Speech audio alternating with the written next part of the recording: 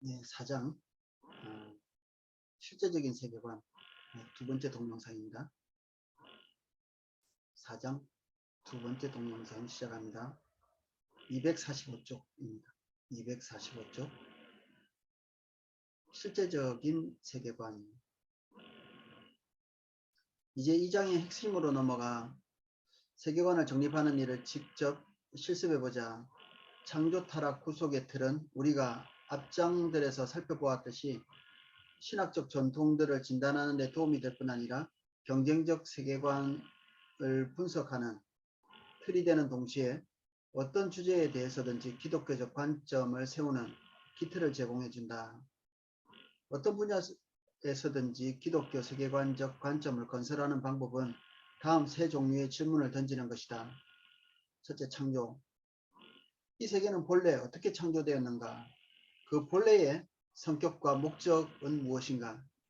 다들 그 세계관이라는 게 기원에 대해서 설명하는 거죠. 이 성경도 마찬가지로 자연주의자들도 기원이 무엇인가에 대해서 대답을 해야 합니다. 그리고 그 기원에 대해서 설명했으면 그 설명한 것에 대한 논리가 다른 모든 대답의 해답도 되어야 됩니다. 역행해서는 안 되죠. 그래서 첫 번째, 두 번째, 세 번째 가다가 두 번째, 다섯 번째, 여섯 번째 대답을 못하면 그것은 논리적으로 허구라고 볼 수 있습니다. 논리성이 전혀 없는 거죠. 그냥 아무 말 대잔치 하는 겁니다. 성경은 이 근본적인 대답에 대해서 하나님께서 세상을 창조하셨고 그 세상은 하나님의 지혜가 담겨 있고 인간도 하나님의 형상을 통해서 그래서 하나님은 그분이 창조하신 세계에 그분의 성품을 담아 놓으셨죠. 타락하기 전까지는. 이번 타락. 이 세계는 타락에 의해서 어떻게 왜곡되었는가? 그러면 지금 우리 사회에서 일어나고 있는 문제는 무엇인가? 왜 이런 문제가 일어나는가? 뭐 나름대로 자연주의나 실존주의나 그리고 그 다른 뭐 범실론이나 이런 문제점에 대해서 이렇게 대답할 수 있을 겁니다. 성경은 그것에 대해서 그것은 하나님을 떠난 결과 인간의 타락으로 인해서 생긴 문제다 이런 대답을 할 수 있겠죠. 죄와 잘못된 세계관들에 의해 어떻게 오염되었는가? 창조세계가 하나님께로부터 단절될 경우 신격화나 악마적이 되는 경향이 있다. 우상 또는 악이 되는 것이다. 그럼 어떻게 회복할 것인가? 세 번째, 구속. 어떻게 하면 이 세계를 본래 창조된 목적에 맞게 회복시켜 그리스도의 주권 아래 놓을 수 있겠는가? 하나님의 통치를 새롭게 받을 때 우리 주변에서 일어나고 있는 많은 문제들을 다시 회복할 수 있고 완전에 이르게 된다. 그게 성경에서 설명하고 있는 회복입니다. 무너진 것 보수하기 246쪽으로 넘어왔습니다. 성경은 부모들에게 성경적 진리를 다음 세대에 전수할 것을 반복해서 권하고 있다. 가르치라. 이렇게 명령하고 있죠. 이스라엘 백성이 약속의 땅에 들어갈 무렵 모세는 그들의 종교적인 유산을 자녀들에게 넘겨줄 것을 강조했다. 또 그것을 너희 자녀에게 가르치며 집에 앉았을 때든지 길에 행할 때든지 누웠을 때든지 일어날 때든지 이 말씀을 강론하고 이것은 가족이 공식 교육뿐 아니라 일상적인 대화를 통해서 믿음을 전수하는 모습을 잘 그리고 있다. 역사의 어느 기간을 보더라도 그리스도인들이 교육의 책임을 진지하게 떠맡았음을 알 수 있다.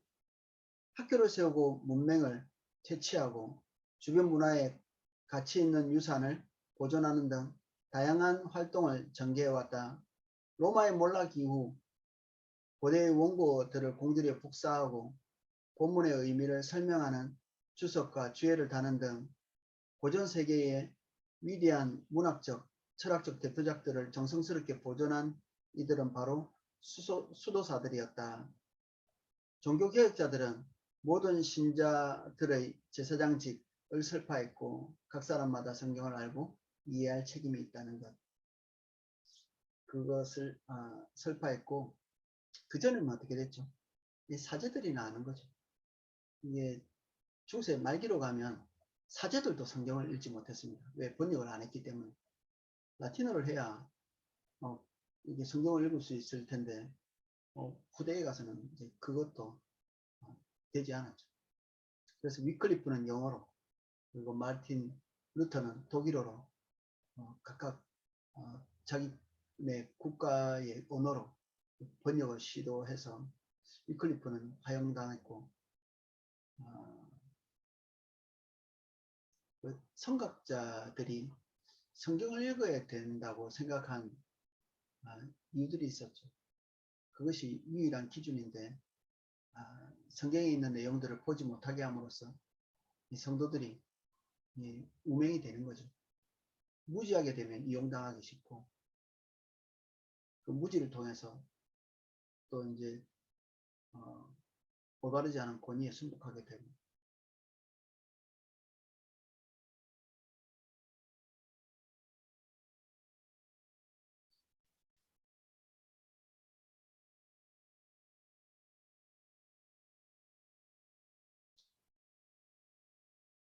종교개혁자들은 모든 신자들의 제사장직을 설파했고 아이들에게 어릴 때부터 신앙의 원리를 가르치기 위해 교리문답 학교를 세웠다.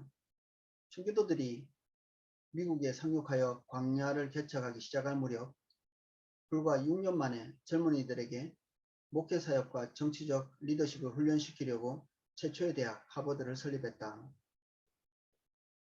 그러면 우리는 창조타락 구속의 본주들을 어떻게 교육에 적용할 것인가? 창조는 어린이들이 하나님의 형상으로 창조되었다고 일러주는데 이는 그들이 사랑, 도덕, 합리성, 예술적 창조성, 기타 인간에게만 속한 여러 능력을 가진 피조물로서 큰 존엄성을 지니고 있다는 뜻이다. 교육은 인간이 지닌 모든 측면을 다루어야 한다. 우리는 학생들을 복잡한 자극, 반응의 기계로 취급하는 행동주의, 방법론에 만족할 수 없다. 또한 개념들을 주관적 체험을 조직화하는 도구로 사용함으로써 환경에 적응하는 위치로 보는 구성주의적 방법론도 받아들일 수 없다.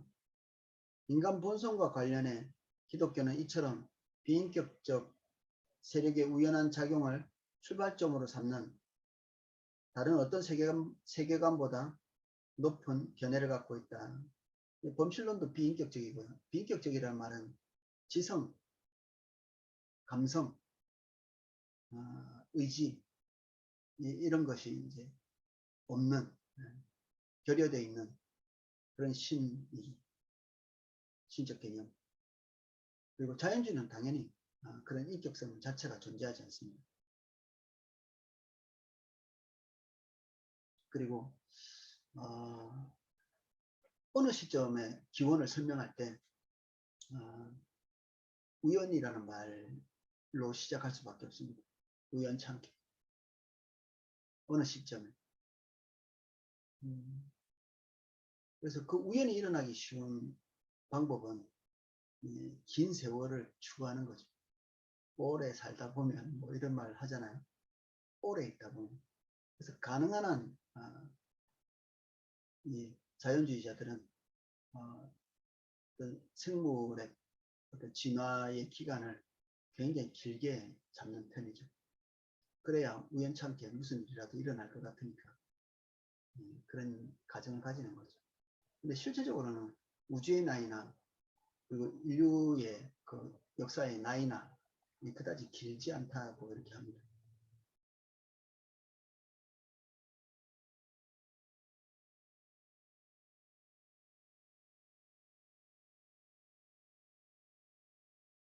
그러면서도 저는 지금 247쪽 마지막 블록을 하고 있습니다. 그러면서도 성경적 인간과는 아주 현실적이다. 타락의 교리는 어린이들이 우리 모두와 같이 죄에 빠지기 쉬우므로 도덕적, 지적, 지도가 필요하다고 가르친다. 타락 사건이 일어난 후 하나님은 언어적 계시를 주셔서 우리가 영원하고 보편적인 진리에 따라 살도록 하셨다. 계시가 없었다면 타락하고 유한한 피조물이 그것을 알 수 없었을 것이다. 그러므로 그리스도인 교육자들은 계몽주의적 낙관론을 수용할 수 없는데 이는 신적 계시와 상관없이 이성이 자율적으로 세계에 대해 하나님의 시각에 입각한 관점을 정립할 수 있다고 보기 때문이다. 계몽주의, 인간의 이성이 유토피아를 만들 거라, 완전한 인간의 행복을 가져다 줄 거다, 뭐 그런 얘기를 하는데, 예, 아니라는 게 증명됐죠. 예, 아니라는 게 이미 증명됐습니다. 그래서 이 정근대적인 얘기하지 마시오! 이렇게 말하거든요. 기독교가 공적인 영역에서 어떤 발언을 할 때마다 절대적인 가치에 대해서 말할 때마다 그 상대주의적인 가치를 가진 사람들은 그런 얘기를 합니다. 기독교가 정근대적인 가치, 그 권위를 행사하려고 한다. 그래서 정근대적이라는 이런 말을 굉장히 부정적으로 이렇게 얘기하죠. 그러면 정근대적이라는 말은 근대 전에 있었다는 얘기인데, 그럼 근대라는 말이 긍정이고 정근대라는 말은 근대 이전에는 부정적인 시대였고 근대부터 드디어 성숙한 시대가 되었다는 건데, 이거는 뭐 말도 안 되는 오류죠. 근대에서 그 모더니즘이 행했던 일들에 대한 혐오, 이건 기독교인들이 혐오하는 것이 아닙니다. 그들이 혐오, 믿지 않는 자들, 그리고 불신자들, 그리고 자연주의자들, 인문주의자들, 그런 자들이 이 근대에 대해서 비판을 하고 있는데, 또 이제 기독교에 대해서 비판할 때는 정근대적이다 해서 근대적인 것들을 이제 옹호하죠. 어떤 면에서는 근대를 옹호하기도 하고 어떤 면에서는 근대를 혐오하기도 하고, 뭐 무슨 얘기를 하는 걸까요 도대체? 편리하게 그냥 하는 겁니다.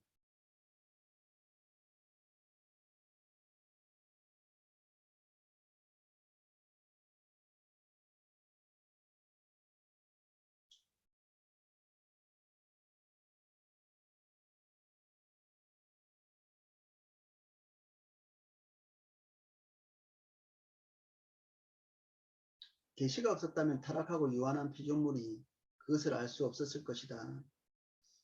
하나님에 대한 지식을 인간이 소유할 수 있는가? 칸트는 no 대답하죠.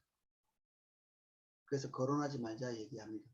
뭐 앞전에 조금 설명했는데, 하나님에 대해서 알 수 없기 때문에 그분과 소통한다는 사실조차 이제 내팽개쳐버리는, 하나님은 세상을 창조하기는 했을지 모르겠지만 더 이상 이 세상에 개입하지 않기 때문에 하나님의 존재가 거의 무신론자와 똑같이 이렇게 된 거죠.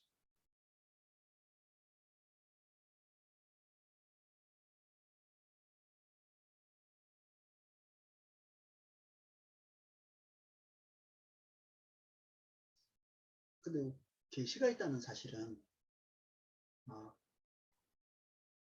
엄청난 일이죠. 우리 하나님을 알 수 없는 인간이 하나님 측에서의 움직임, 하나님 측에서의 개입, 그분이 세상 운동의 근원이시죠. 인간이 주도권을 가지고 있는 게 아니라 하나님께서 주도권을 가지고 계시기 때문에 그분은 움직이시죠. 당 모가지를 비틀어도 새벽은 온다고 누가 그러더만, 무신론자들이 그들의 무신론의 그 고집스러운 이론을 얘기할 때도 하나님은 여전히 역사하셔서 지금도 활동하고 운행하시고, 그 무신론자들의 그 무신론의 무지를 통해서 하나님의 활동이 사라지지 않죠.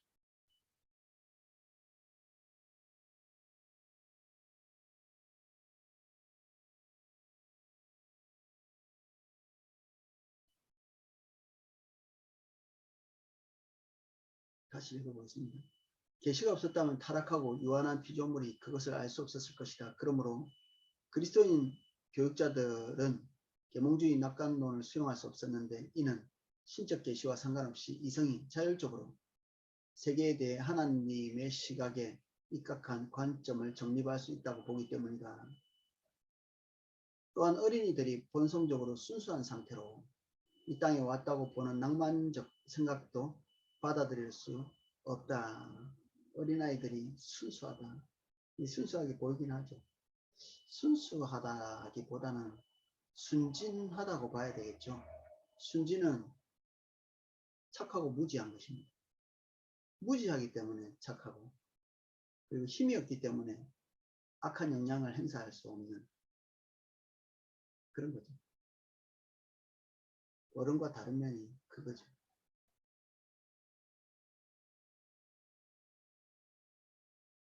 이 두 철학은 모두 타락의 실제를 부정하는 진보적 교육 방법을 탄생시켰다.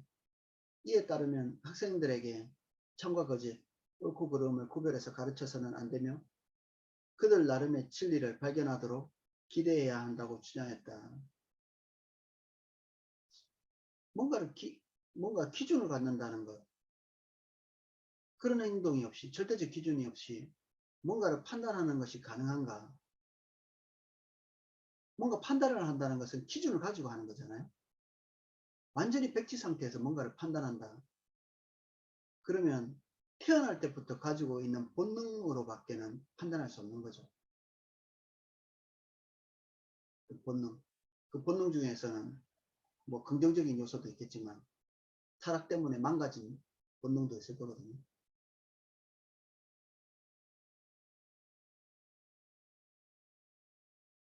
마지막으로 구속이 의미하는 것은 학생들로 하여금 문화명령에 순종하여 자신의 소명을 취하도록 준비시키는데 교육의 목표가 있다는 것이다. 아이마다 하나님께서 특별한 은사를 주셔서 인류의 과업에 특유한 기여를 하도록 하셨는데 그것은 곧 세상에서 타락한 결과를 역전시키고 그리스도의 주권을 확장하는 일을 가리킨다. 시인 존 밀턴 언젠가 쓴 것처럼 배움의 목표는 우리의 첫 부모들이 무너뜨린 것을 보수하는 것이다. 그런 일을 하려면 모든 과목을 확고한 성경적 관점에 입각해 가르침으로써 학생들이 학제 간의 상호 연관성이 있음을 파악하고 모든 진리가 하나님의 진리임을 스스로 발견하도록 해야 한다. 그들이 배우고 있는 모든 학문들이 진실하다면 그 모든 것들이 일관되고 서로 상통할 수 있는 그런 학문체계가 되겠죠. 서로 대립하지 않고. 하나님의 뜻에도 부합할 것입니다. 그래서 세속 학문을 가르치면서도 하나님을 높이 찬양할 수 있죠. 그 모든 학문의 출처이신 하나님을 찬양하게 되어 있는 것이죠. 도시 우리는 오늘날 교육 이론의 배후에 있는 잘못된 구속관을 경계해야 된다. 각기 다른 이데올로기의 옹호자들이 저마다 교실에서 확고한 자리를 확보하려고 애쓰는 것은 미래의 모습을 결정하는 열쇠가 바로 어린이들의 지성을 좌우하는 것임을 알기 때문이다. 그 중에는 우리가 밀어내야 할 대상이 여럿 있다. 명상과 심상 지도를 교실에 적용하는 뉴에이지 방법론, 더 높은 의식의 개발을 통한 구속, 더 높은 의식. 뉴에이지 운동하는 사람들이 늘 떠들어대는 소리입니다. 높은 의식. 일반적인 사람들은 굉장히 저질의 그 생각을 가지고 있는 일반적인 생각을 탈피할 수 있는 이성의 세계를 탈피할 수 있는 방법으로 앞서서 말했던 것처럼 마약도 하고 또 신비적 체험도 하고 뭐 음악 기묘한 음악들을 들으면서 그런 가치를 담아놓고 있는 문화를 향유하면서 그 이성을 탈피해 보자는 거죠. 이건 지적인 세계가 아니라 비지성적 세계로 들어가는 것입니다. 그럼 인간은 거기서 높은 지성을 만나는 게 아니라 공중권세 잡은 자들을 만나게 되겠죠. 마귀를 만난다는 얘기입니다.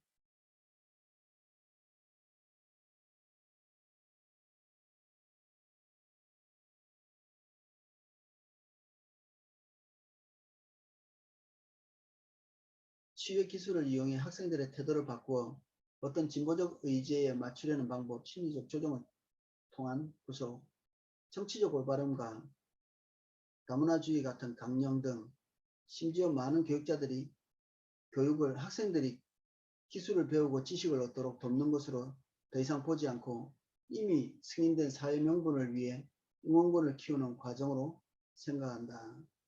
미국 문화가 기독교적 유산으로부터 멀어지면서 공립학교의 교실이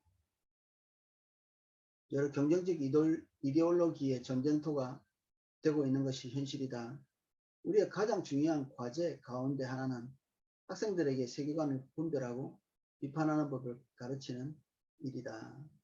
기독교가 진리의 잣대로서 자리를 차지하고 있을 때는 뭐 잡다한 가치관들이 방어가 됐었던 거죠.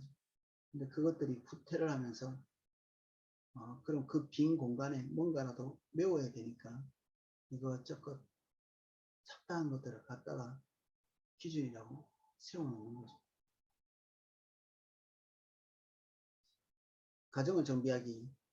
창조 타락 구속에 들은 성경적 가정관을 정립하는 데 어떤 도구들을 제공하는가.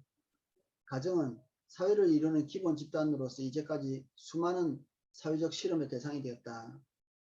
정치적인 야심가가 등장할 때 가정을 재정비하기 위한 계획을 내어놓았고 심지어 과격한 국가주의, 파시즘, 국가가 최종적 단위로 이렇게 하기 때문에 가정이나 그 하부 조직들은 없어져야 되는 거죠. 국가가 유일한 가치 있는 단체이기 때문에. 그러니까 애국심 뭐 이런 거 자꾸 너무 이렇게 운운할 때 너무 휩쓸려 가는 거 이게 좋지 않습니다. 국가. 실제로 나중에는 국가가 한 사람의 통치자일 수도 있습니다. 진리를 떠나. 모든 사람들이 평등하게 한다고 하는 그 공산주의 혁명을 일으키고 난 다음에도 볼셰비키라고 하는 그 정당을 만들어서 모든 사람이 평등하게 이렇게 할 것 같았지만 실제로는 레닌이 그리고 레닌 다음에는 스탈린이 정권을 잡는 프롤레타리아 독재가 또 필요하다고 이게 말도 안 되는 소리를 하고 있죠. 독재가 필요하다는 것이죠. 악을 막기 위해서. 결국 똑같은 것입니다. 조지 오웰의 그 동물농장 한번 이게 얇은 책이니까 동화책 같은 건데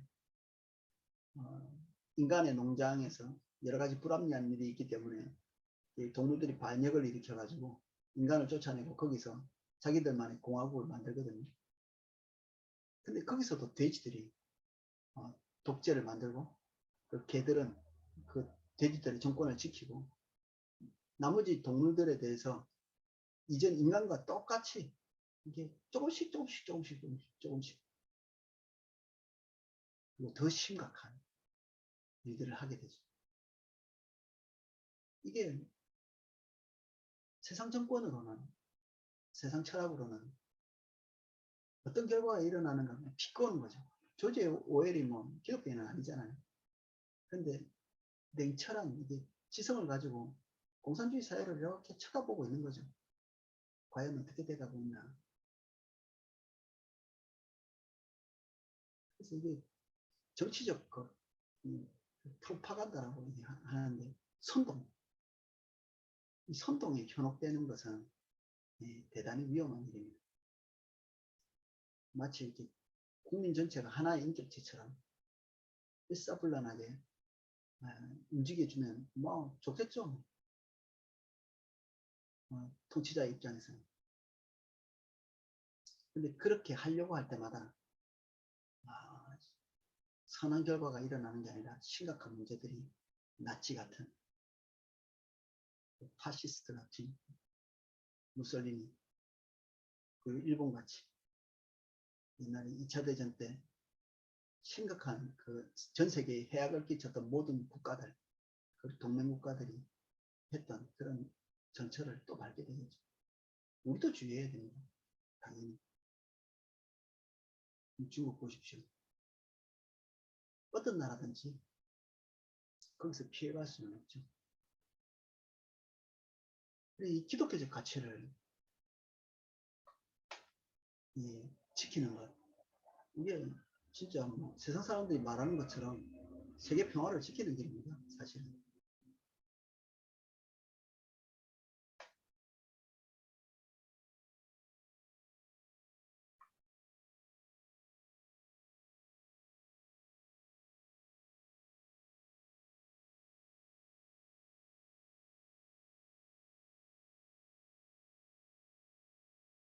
249쪽 제일 마지막 줄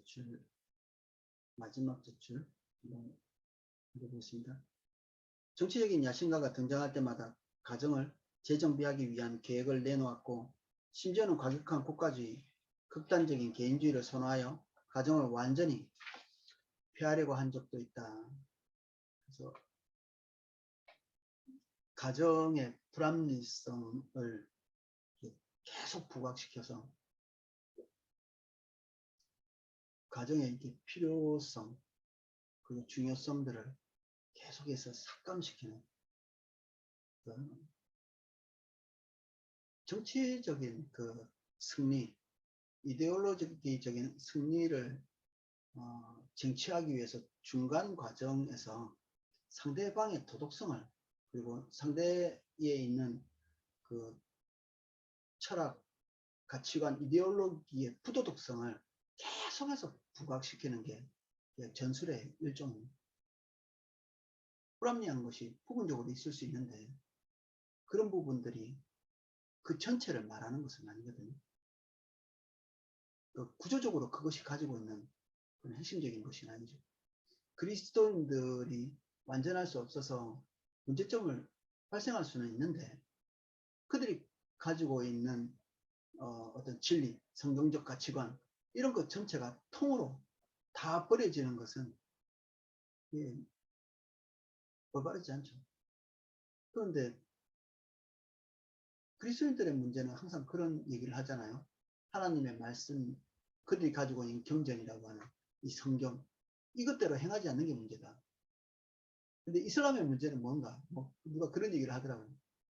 그들이 가지고 있는 경전대로 너무 잘하고 있다는 거예요. 그래서 문제라는 거죠. 원천적으로 문제가 있는 것입니다. 원천적으로. 그리스도인의 문제는 원천적인 문제가 아니라 그들이 그 원천을 가벼이 여기고 세속의 가치관들을 받아들이는 그리스도인이면서 하나님의 기대를 따라서 행하지 않는 것이 문제죠. 세속의 철학은 그것에 충실할수록 더 큰 문제를 이야기합니다.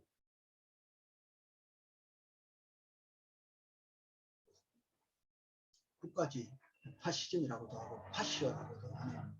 국가주의는 서구문화의 태동 이래 줄곧 등장해 온 주제다.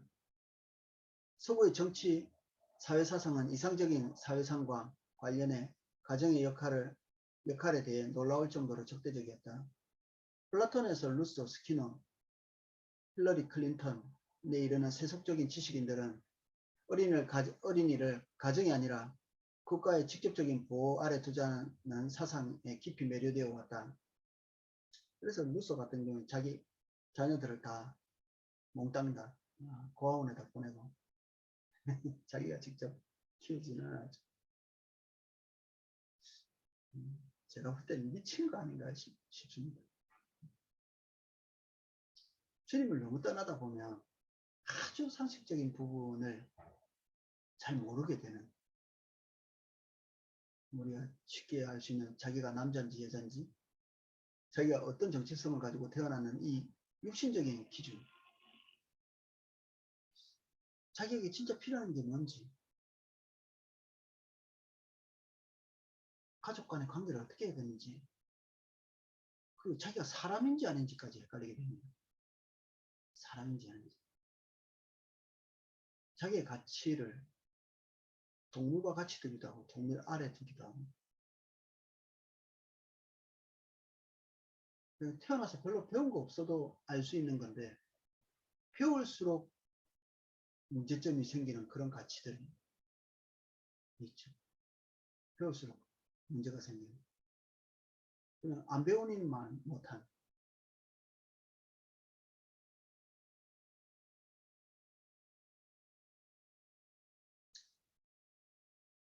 250쪽 두 번째 블록입니다. 그 같은 유토피아적 책략에 맞서려면 유토피아, 아주 이상적인 어떤 세계가 올 것 같이 말하는 그런 책략에 맞서려면 먼저 창조에서 시작해야 한다. 성경의 창조 교리는 가정을 인간의 본성 자체에 내재하는 사회적 양식이라 한다. 그러므로 그것은 모든 시대와 모든 역사적 상황에 타당한 규범적인 것이다. 변하지 않는다는 것입니다. 변하지 않는 것. 북한에는 가정이 없나요? 김일성이 어버이라고 해서 국가주의적인 형태를 띠고 있거든요. 그래서 북한이 그런 식으로 하는 겁니다. 그들 나름대로는 성공적이었지만 북한 사회가 유토피아인가요?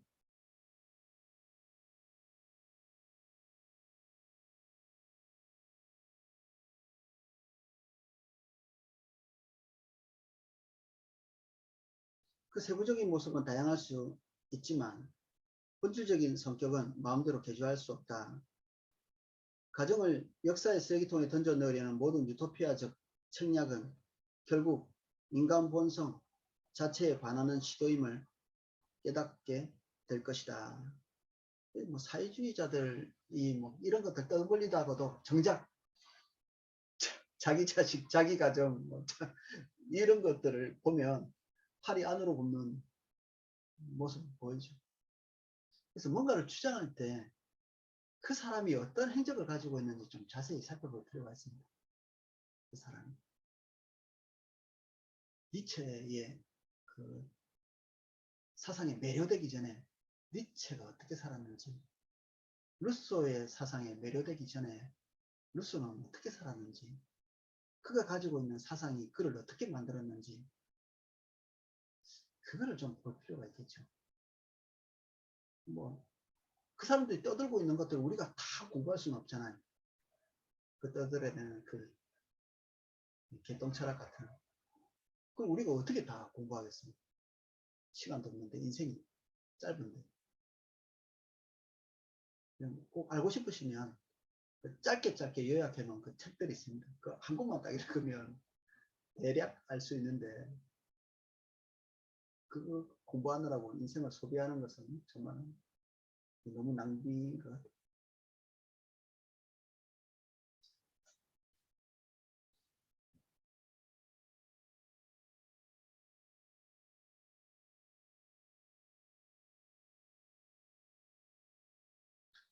창조를 부정하는 유토피아 사상가들은 타락 또한 부정하는데 인간 본성이 타락했고 악에 물들기 쉽다는 생각을 전적으로 거부한다. 그 대신 그들은 모든 사회 문제들을 일시적 혼란으로 보고 교육과 사회공학을 통해 해결할 수 있다고 믿는다. 유토피아 사상가들은 타락의 결과를 신적인 구속에 의지하지도 않고 극복하려는 열망으로 움직인다. 그래도 망할 결과가 와도 우리는 끝까지 포기하지 않았어. 이걸 되게 숭고하게 보는 거죠. 포기하지 않는 자세, 숭고한 것인가요? 저는 종종 청년들에게 그런 얘기를 하거든요. 열심히 좀 하지 마라. 열심히. 그 열심히 하는 것, 불굴의 의지, 그것의 결과가 좋아야지. 결과도 나쁜 불굴의 의지 가지고 뭘 하자는 겁니까? 그게 도대체 뭘 만들어낼 수 있는데? 올바르지 않은 방향성을 열심히. 이 틀린 것에 대한 불굴의 의지, 노인과 바다처럼 토새치 한 마리 잡았는데 돌아오는 동안에 상어에게 다 뜯기고 뼈만 남아서 돌아오는, 뭐 인생이 그런 식이죠. 뭐 하나 잡은 것 같은데 다 여기저기서 뜯어먹히고 이제 빈털털이 돌아오는. 잘 잡아서 고등어 한 마리 잡는 게 낫지 않나요? 고등어 한 마리. 진짜 남을 만한 것들이 뭔가 정말 거창한 걸 잡은 것 같은데 실제로 내용상 파고 들어가면 호구에 불과한 그런 것도 있습니다.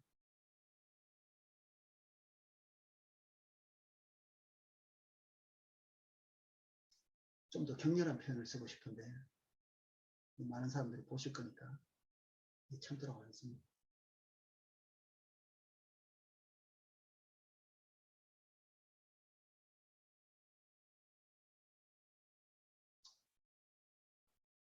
유토피아 사상가들은 타락의 결과를 신적인 구속에 의지하지도 않고 극복하려는 열망으로 움직인다. 오거스틴은 그런 말을 했습니다. 모든 모든 피조 세계는 다 선하게 창조되었다.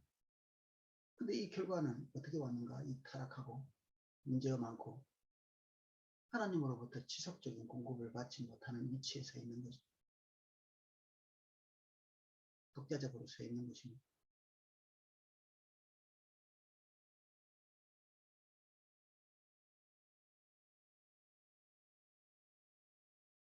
브라이스 크리스텐스는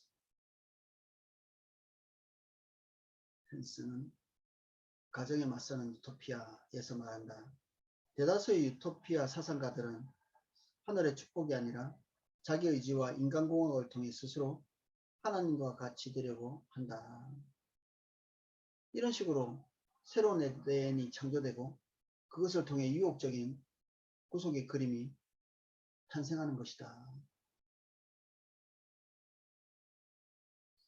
뭔가 지금 문제가 있는데 그것을 해결하고 나면 유토피아가 찾아올 것 같은 무지개를 쫓는 환상을 쫓는 것이죠. 비에프 스키너의 유명한 소설 제2의 월든에서 그 창설자는 자기의 유토피아 공동체를 창세기보다 개선된 것으로 묘사한다. 그런데 아이러니한 것은 창세기보다 개선된 유토피아를 지향했던 역사적 시도들이 거의 예외 없이 강압적 전제주의 국가로 끝나고 말았다는 사실이다. 이게 부인할 수 없는 사실이죠. 좀 무지하지 않다면, 역사에 대해서 눈을 감지 않는다면, 양심이 살아있다면, 이런 것에 동조를 할 수 없습니다. 뭐 동조한다면 둘 중에 하나입니다. 역사에 대해서 대단히 무지하든지 아니면 양심이 없든지.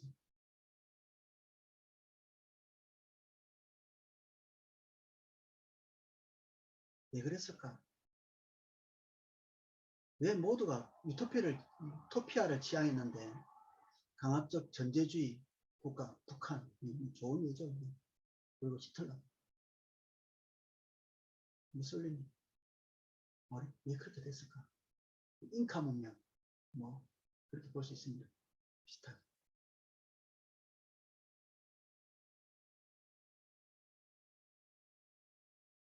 그 이유는 유토피아적 비전과는 반대로 죄가 실제할 뿐 아니라 그것을 사회공학을 통해 사라지게 할 수 없기 때문이다.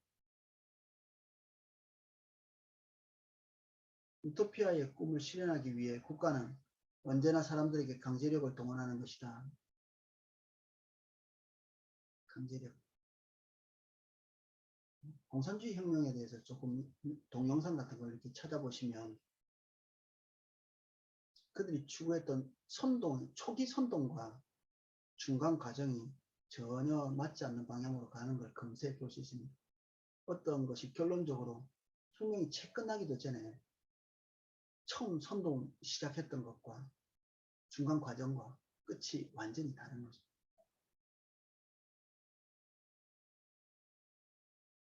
가정의 파괴는 국가가 충성심을 요구하는 다른 경쟁 상대들을 제거하고 스스로 개인 위에 군림하는 권력을 강화하려는 하나의 도구에 불과한 경우가 많다. 국가에만 전적인 충성심을 바치게 하려는 시도다. 이런 국가주의적 의제에 대항해 가정을 지키려면 창조 타락 구속의 성경적 드라마만이 인간 본성과 사회에서의 가정의 구조와 목적에 관해 현실적이고도 인도적인 설명을 제공해야 한다고 주장한다.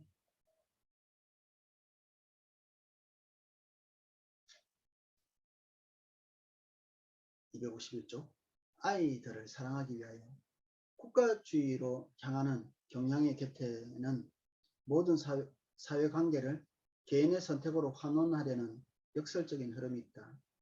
모든 관계잖아요. 사람은 태어날 때부터 관계를 쫙 이렇게 맺거든요. 부모, 형제, 그리고 친구, 이런 관계들을 맺죠.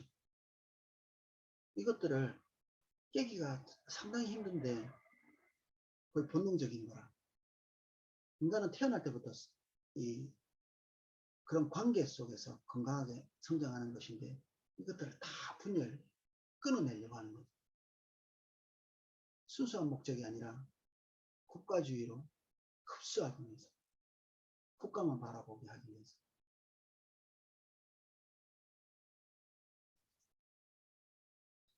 하나의 단적인 사례가 테드 피터스의 아이들을 사랑하기 위하여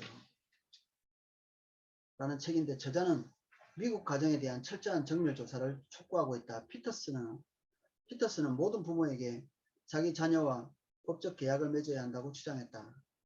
결혼식과 유사한 공공예식을 거행하면 더욱 좋다고 한다. 좀 이상하게 들리는 이 제안의 목적은 무엇일까? 가정의 기초를 생물학에서 선택으로 돌리려는 것이다. 태어난 아이가 가족 구성원을 스스로 결정하고 바꾸려는 거죠. 우리는 기독교에서는 이런 부분을 주권적 기초라고 하거든요. 자기가 결정할 수 없는 것. 어느 나라에서 태어나든지 그건 또 조절을 못하게 하겠죠. 가족 관계는 파괴하려고 하는데 그 최종적인 권력을 가지고 있는 집단은 딱 그것을 한계를 거기까지 딱 둡니다. 주권적 기초는 가족을 바꿀 수 없고요. 부모를 바꿀 수 없고,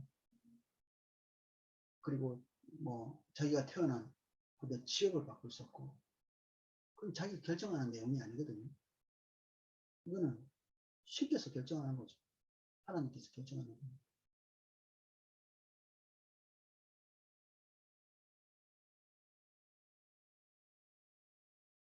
우리가 좋아하든 그렇지 않든 현재 해체되고 있는 개방사회의 종착지는 개인적인 선택이라고 피터스는 주장한다.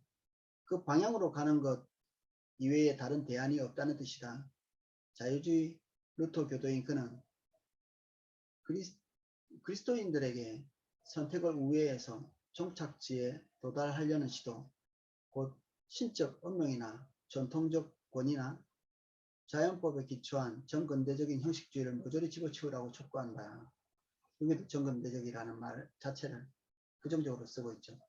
그러면 근대가 맞다는 얘기인데,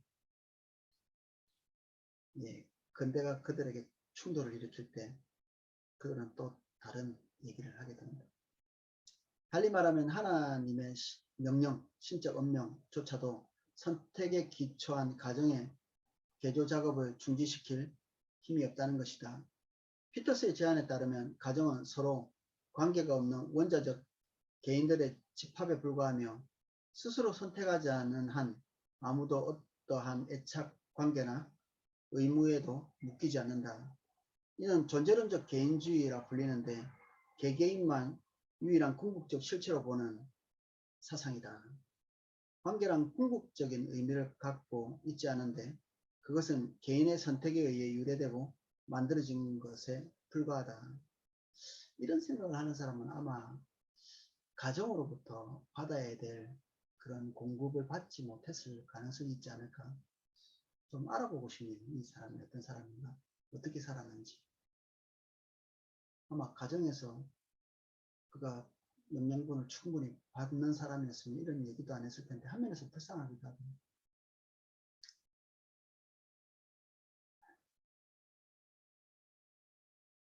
그리고 상처 있는 사슴이 높이 뛴다 이런 얘기가 있잖아요.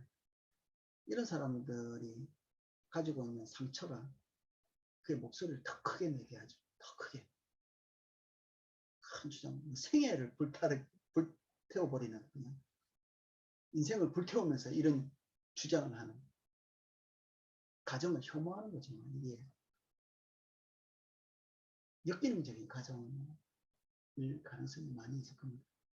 이 사람 겉은 멀쩡한데 뜯어놓고 보면 안에 아무 생명이 없고 사랑도 없고 그런 가정 가능성이 있습니다. 기독교인의 가정이라고 거기서 예외는 아닐 겁니다. 종교적인 형태나 전통은 남아있으면서도 그 안에 실제적인 하나님의 통치가 없는 가정이라면 뭐 얼마든지 이런 사람이 양산할 수 있겠죠. 우리가 몇몇 부정적인 영향을 끼쳤던 사람들이 다 가톨릭 아니면 기독교 가정 안에서 태어난 사람들이었거든요.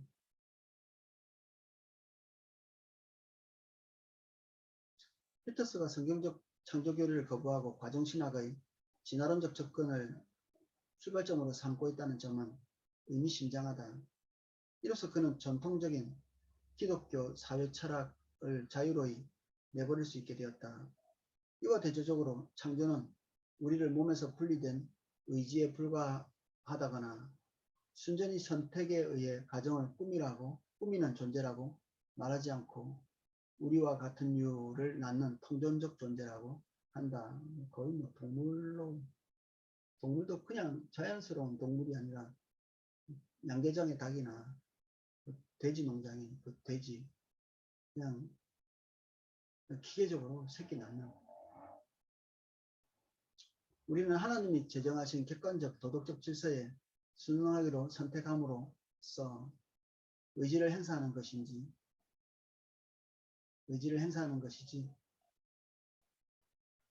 다른 대안을 만들어냄으로써 행사하는 것이 아니다.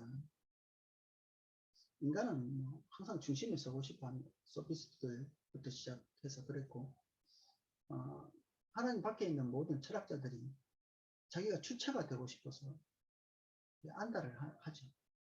인간이 주체가 되고 싶은. 뭐 결론적으로 보면 성경이 말하고 있는 딱 거기에서 벗어나지 못합니다. 하나님 중심적인 데서 떠나면 자기 중심적이죠. 자기 기준을 가지고 뭐 어떻게 뭐 말하든지 간에 딱 그 테두리 안에 있습니다.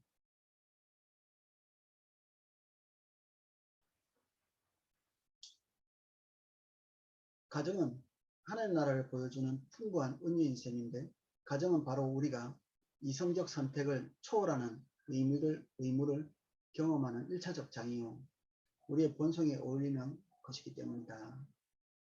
삼위일체와 사회이론, 삼위일체 하나님의 모습 우리가 생각할 때 그분은 인격을 가지고 계시죠. 성부, 성자, 성령 이 삼위 하나님이 서로 독자적이면서도 하나이시고 서로 사랑하고 존중하고 서로 이해하고 협력하시고 공존하시며 그 관계 속에서 영원 전부터 존재해 계셨습니다. 영원 전부터 영원 후까지.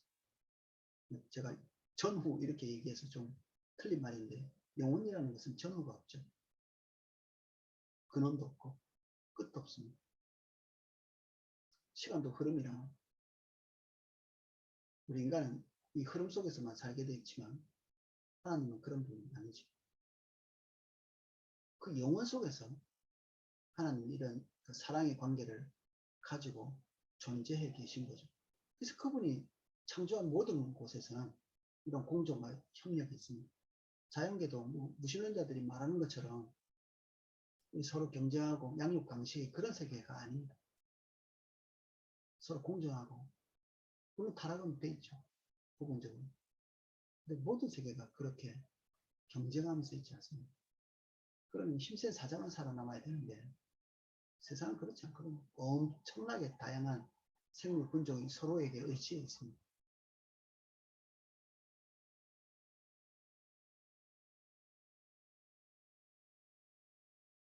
가정을 둘러싼 국가주의와 개인주의 사이의 주도권 다툼을 더 잘 이해하려면 단계를 높여 일반적인 사회 이론을 생각하면 된다. 기독교적 사회 이론의 초석은 삼위일체다. 인류는 하나님의 형상으로 창조되었는데 하나님은 세 위격이 하나의 신성을 이룰 정도로 친밀한 관계 속에서 계신다. 고전적인 신학 신조에 따르면 하나의 존재이면서 세 개의 위격이라고 표현할 수 있다. 하나님은 세 가지 형태로 보이는 하나의 신성이 아니다. 그렇다고 새 신성도 아닌데 이는 다신론을 의미하기 때문이다. 머리에 확 안 들어오시죠? 우리가 신이 아니기 때문에 그렇습니다. 우상숭배하는 자의 그 이론들은 피부에 촉촉히 스며듭니다. 금방 쑥 들어옵니다. 기껏해야 인간 머리에서 보완해낸 거기 때문에 얼마든지 수용 가능하죠. 쉽습니다. 근데 이런 것들은 초월적 지식들이라 하나님이 알게 해주시는 계시의 영역에 들어가지 않으면 이해조차 잘 되지 않습니다. 누가 이런 걸 만들어내겠습니까?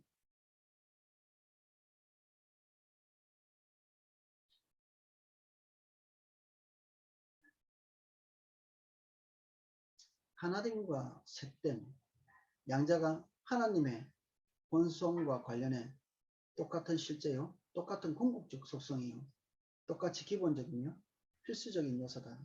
우리는 딱 부러지는 거 좋아하죠. 하나, 셋, 둘 중에 어느 거? 이렇게. 근데 그렇게 세상 자체가 그렇지 않습니다. 빛이 파동일까요? 입자일까요? 세상 모든 것의 기본이 빛이라고 할 수 있거든요. 우리가 눈에 보이는 것들, 이게 뭐 고체 이렇게 손에 만져지잖아요. 이게 그 궁극적인 입자의 세계로 들어가면 다 에너지 덩어리에 불과합니다. 우리가 만져줘, 그럼 에너지 덩어리만 쑥쑥 손이 들어가야 되는데, 아니요. 이거는 전 자기력의 반발력에 의해서 우리가 손을 여기에 깊숙이 넣을 수 없는 것입니다. 우리가 더 강력한 어떤 파워가 있으면 통과하겠죠. 엑스레이 같은 것도 막 통과해 버리잖아요. 강력한 에너지를 가지고 있기 때문에 통과하는 것입니다.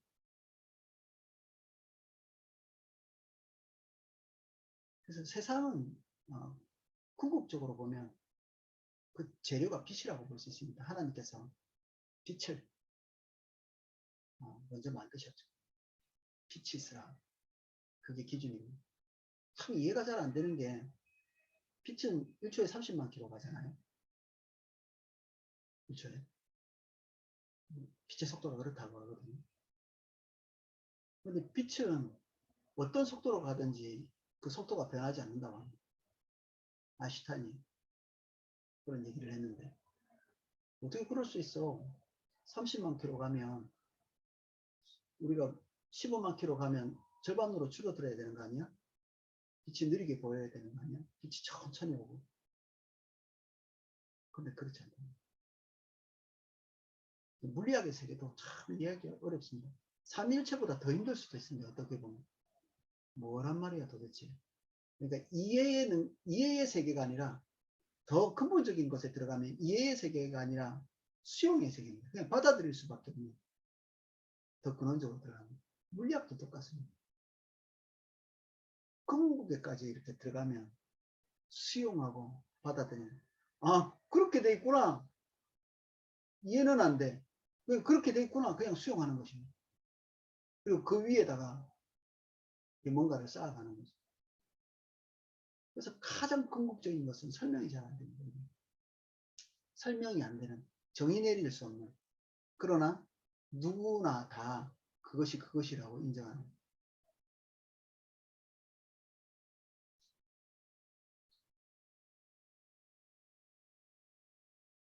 삼일체 안에 있는 통일성과 다양성의 균형은 인간의 사회생활의 하나의 모델을 제공하는데 신성 자체 내의 개별성과 관계성, 이 모두 존재함을 의미하기 때문이다. 개별성, 관계성.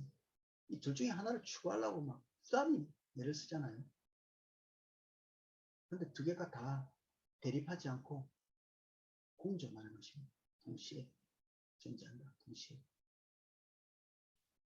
하나님은 서로 교통하는 존재시다.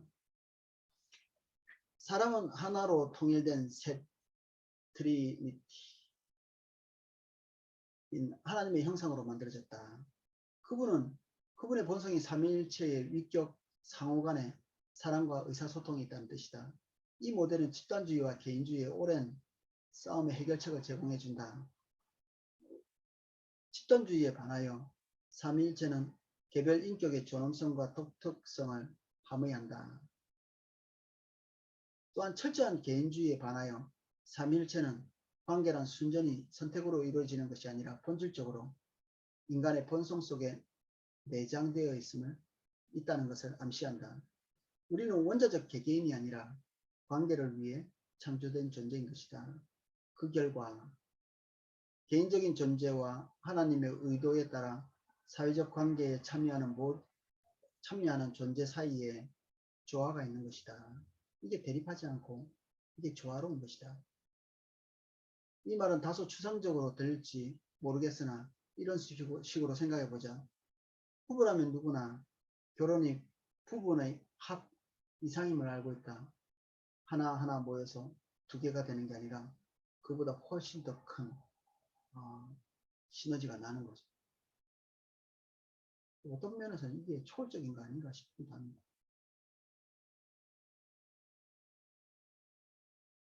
즉 관계 자체가 하나의 실제로서 그에 관련된 두 개인을 넘어서는 것이다. 결혼이라는 사회 제도는 본질적으로 특유한 규범적 정의를 가진 도덕적 실체다. 이것은 전통적으로 공동선의 견지에서 설명되어 왔다.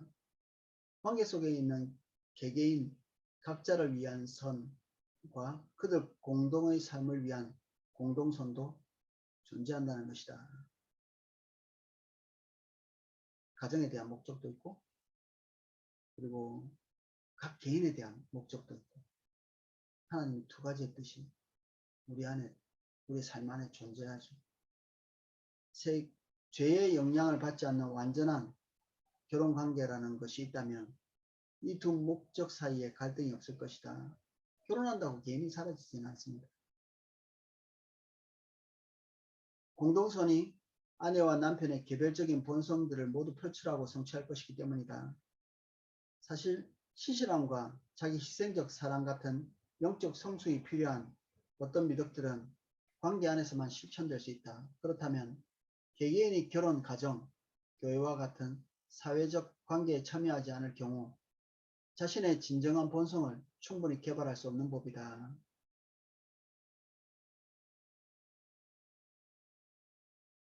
그러나 인간이 타락한 이래로 사회는 개인이나 집단 중 어느 한쪽으로 기울어지는 경향이 늘 있어 왔다. 현대문화에서는 가족의 유대가 개인적 자율성이라는 산성에 빠르게 용해되고 있다. 산 있으면 쇠도 막 녹이고 이러잖아요. 이와 반대로 일부 전통주의 문화에서는 혈족이나 부족이 개인보다 우선되고 있다. 내가 1970년대 후반에 루터교 계통 성경학교에 다니고 있을 때 일본인 여학생 한 명이 일본에 있는 불교도 가족으로부터 기독교 신앙을 버리라는 엄청난 압력에 시달리고 있었다. 그녀는 일본에서 기독교를 믿는데 가장 큰 장애물은 대다수의 젊은이들이 자기 부모와 친척의 종교와 다른 신앙 갖기를 거부하는 점이라 말해주었다. 이것이 나에게 신기하게 들렸는데 미국인 젊은이들은 종교를 택하든 다른 무엇을 하든 자기 부모와 달리 되는 것을 오히려 좋은 이유로 보았기 때문이다. 삼위일체 교리는 가정에 대한 개념뿐 아니라 거의 모든 분야에 영향을 미친다. 철학의 경우 하나님의 삼위적 본성은 하나와 다수의 문제, 때로는 통일성과 다양성의 문제라 불린다. 이런 문제의 해결책을 제공해준다. 고대 헬라인들 이래로 철학자들이 줄곧 제기한 의문은 궁극적 실제는 본질론에서 이런 얘기를 좀 하죠. 궁극적 실제. 인격적인 이런 얘기가 아니죠. 궁극적 실제는 단 하나의 존재 또는 실제로 이루어져 있는가 아니면 원자론에서처럼 서로 분리된 특수자로 구성되어 있는가 하는 것이었다. 커다란 이 하나의 덩어리인가 아니면 궁극적으로는 아주 이렇게 미세한 알갱이에 불과한가 그것의 집합체에 불과한가. 정치에서는 이 두 극단이 전체주의 무정부의 모습으로 연출된다. 전체주의, 아까 파시즘이라고 부르는 거고 무정부주의 이런 것도 있죠. 많이 봅니다. 정부를 무조건 때려 부셔야 되는 것처럼. 근데 이게 파쇼도 문제인데 지금 무정부주의가 선 나라 중에 나라 꼴이 제대로 된 나라가 없습니다. 옛날에 그 루안다나 소말리아 이런 데 무정부주의자들이 반군들이 막 정부군을 엎어버리고 또 어떤 나라는 이 깽단 조직이 정부를 완전히 뒤집어 엎어가지고 생치용입니다. 생치용 그런 것은.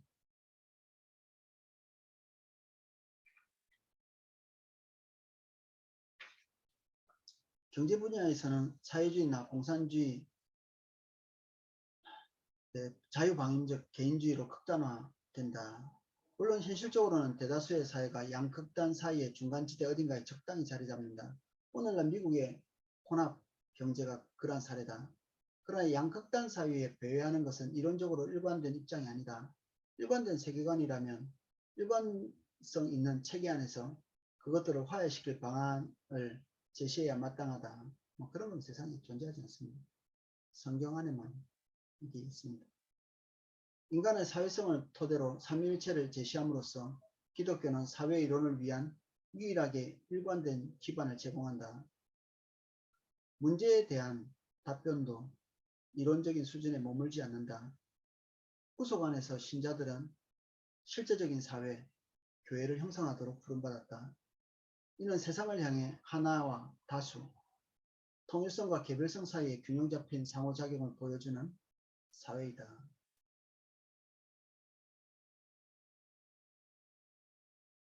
요한복음 17장 11절에서 예수는 곧 남겨두고 떠날 제자들을 위해 기도하면서 우리와 같이 저희도 하나가 되게 하옵소서 라고 아버지께 부탁했다. 삼일체 위격 사이의 교통이 교회 내 신자들 간의 교통의 모델이라는 말씀이다. 이것은 존재론적으로 실제하는 관계 안에서 풍부하고 다양한 개별성을 어떻게 증진시킬 수 있을지 가르쳐준다. 공동체 안에서야 개별성도 정확한 자기 정체성을 가지게 되죠. 공동체에서 분리된 개인은 그 개인의 그 의미조차 사라지게 되죠. 눈이 몸 안에 있어야 눈의 기능이, 자기 정체성이 살아있잖아요. 눈이 빠져나와 있으면 아무리 아름다운 눈이라도 그 끔찍한 얘기죠.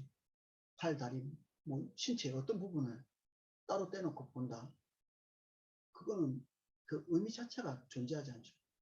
연합체로 구성되어 있고 공동체 안에 있을 때 그 하나의 개인도 개인으로서의 의미를 가지게 되죠.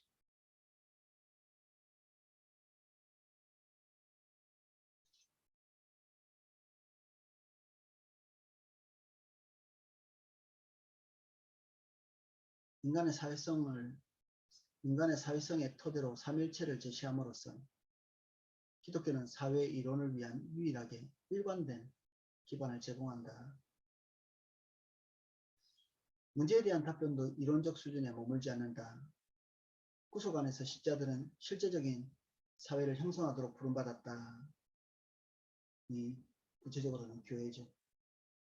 이는 세상을 향해 하나와 다수 통일성과 개별성 사이의 균형 잡힌 상호작용을 직접 보여주는 사회다. 요한복음 17장 11절에서 예수는 곧 남겨두고 떠날 제자들을 위해 기도하면서 우리와 같이 저희도 하나가 되게 하옵소서라고 아버지께 부탁했다. 삼일체 위격 사이의 교통이 교회 내 신자들 간의 교통의 모델이라는 말씀이다.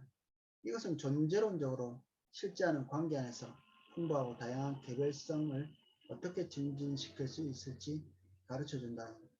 종교의 주교 티모시 웨어는 교회 전체는 삼위일체 하나님의 아이콘으로서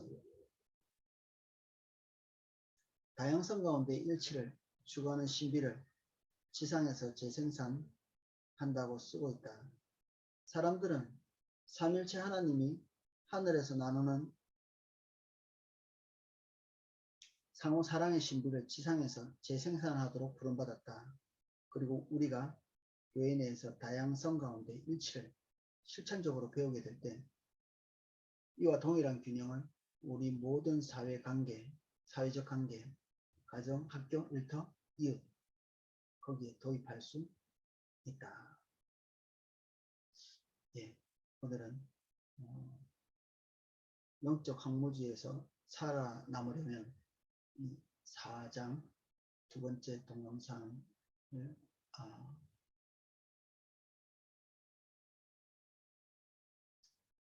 여기까지 마무리하도록 하겠습니다. 들어주셔서 감사합니다.